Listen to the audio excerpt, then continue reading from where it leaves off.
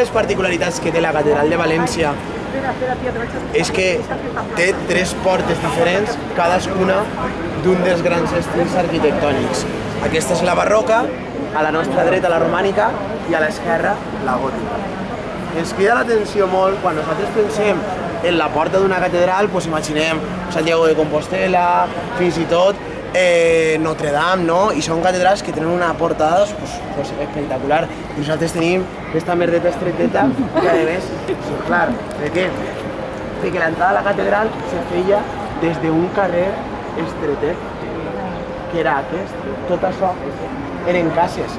Per tant, no tenia trellat fer una façana gegant que no pogueres veure. Què tingueres que fer així, per veure la sencera?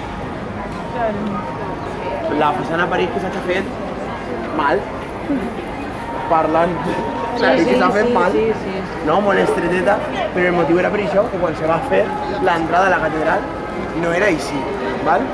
La catedral de València està damunt de la gran mesquita, val? Anem a la porta romànica, que és un poc més interessant. Sí. Esta lo ven descargada. El nostre poeta per antonomàsia, que no és este i és encara que a nosaltres ens agrada més, fan tot una llapisera, és Ausiàs Marc, el nostre poeta de referència. Un homenatge a Ausiàs Marc, i jo crec que una dels seus versos més famosos junt amb el de l'SB, no? Que és els càntics d'amor morals i espirituals que veuen. A l'Ausiàs Marc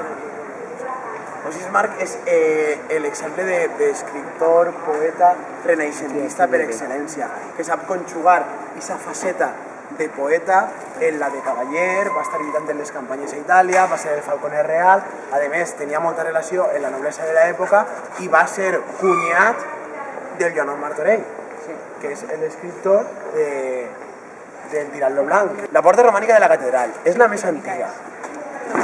I l'atenció és que són les cares que hi ha dalt.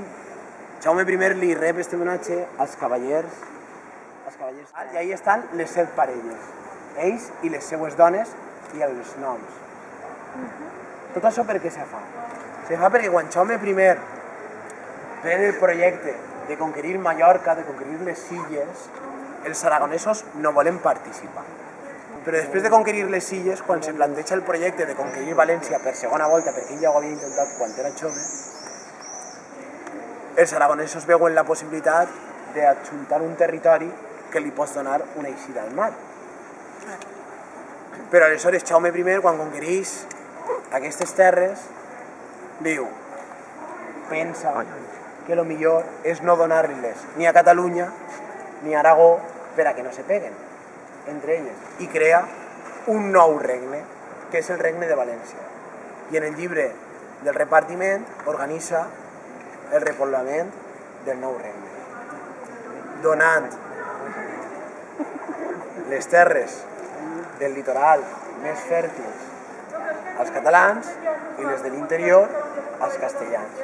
Actualment se pot observar la diferència depenent de la llengua que se parla en un territori o en un altre. I aquest és l'altre homenatge que rep als seus fidels cavallers. Vinga, vas a mirar-los.